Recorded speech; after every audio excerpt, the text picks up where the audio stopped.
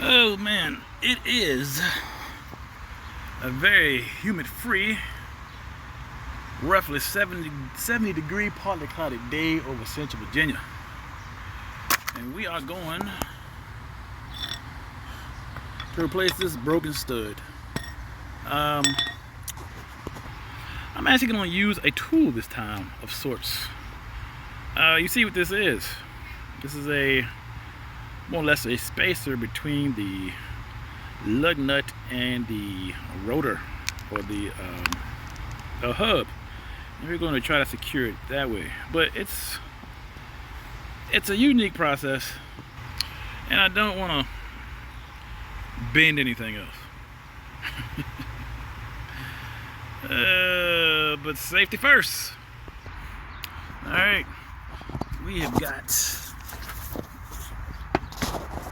the jack on this part. Got your wheel in the event that the car falls down, and we have the jack stand on the rear tow hook on the rear of the car. But this nub is what we're pulling out. Everybody else looks fine, not him. Disassemble your brakes and pull off your rotor, and you should be at it. Alright, we're going straight for the jugular back here. We're going to take off one bolt.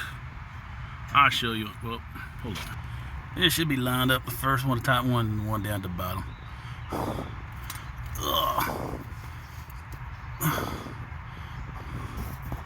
One, two. I'm sorry, I was looking at the... That's the... that should be the... that should be the bearing bolt. This is the one we're after up here. But any bolt that's tight and on, this is your strategy. Just hammer it until it comes loose. Easy peasy. Whoops. Wrong way. We're heading this that way. Counterclockwise. And this bolt here, you don't have a lot of leverage. Alright, so you gotta come from the bottom and hit up, and then come from this angle and use the couple of centimeters that you got to loosen it up. Just everything really submits to the mallet. You should be fine. Alright, so we got those two rotor caliper and rotor bolts off. So at that point, you don't need to really take the brake pads out or anything like that. They are off essentially. You can just poke them out with your hand if you needed to. And the rotor's off, which is exposing this bad boy right here.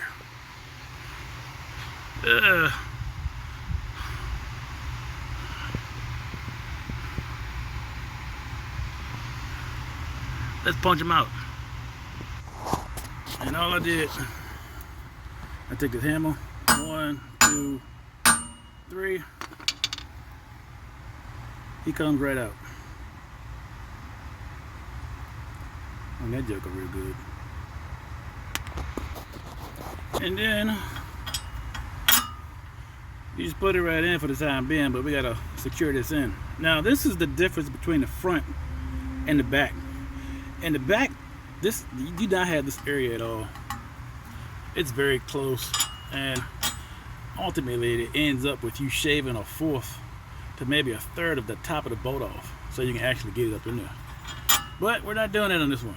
We're now at the point of securing this and making sure it's flush like this one.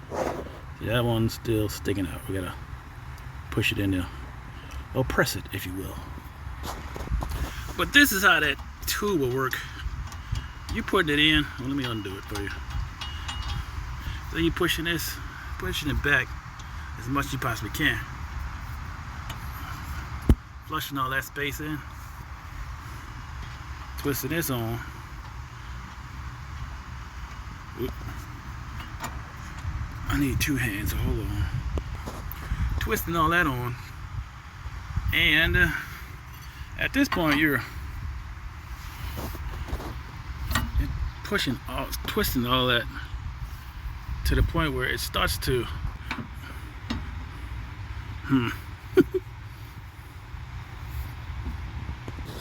put a punch pin in there or something to prevent the rotor from spinning. And then you just keep manually turning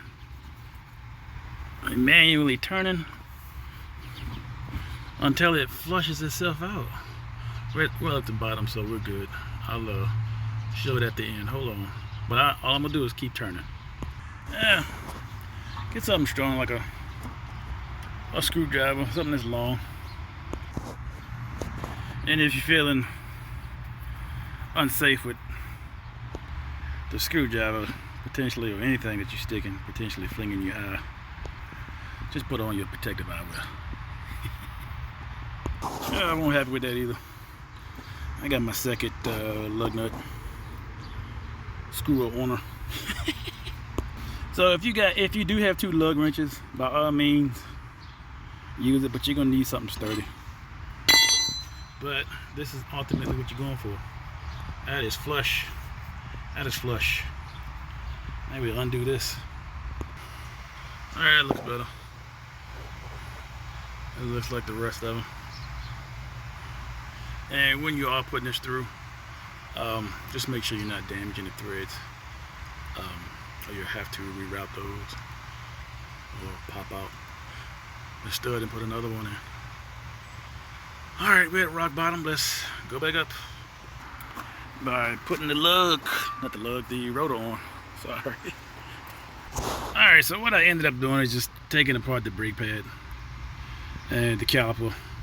It was 2 extra bolts just to pull them out, because getting that back in between those 2 brake pads is just, man, you know how it is. You got to get it back there perfect for it to actually fit without any type of resistance.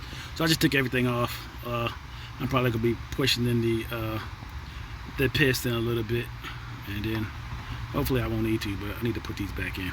This is in place, the bracket's in place. Now I'm putting the caliper on. And these are 2 12s. And this is 16 or 17. 1 to 2. One, and it's another one down here. And put your brake pads on. Make sure your squeal guard is on the inside. Whoop.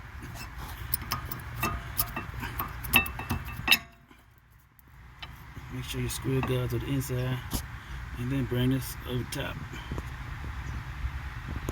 Alright, so this is where we at. We're using my disc brake pad caliper service device. And we're using a number 6.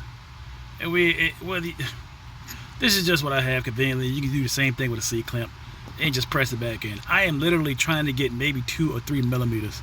I don't think it's any need to release the brake valve or the fluid valve. So I'm just gonna turn it in a little bit so I can get this caliper around these pads here.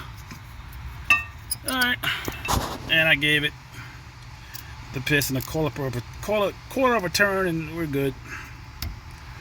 Put these bolts back in and put everything back on.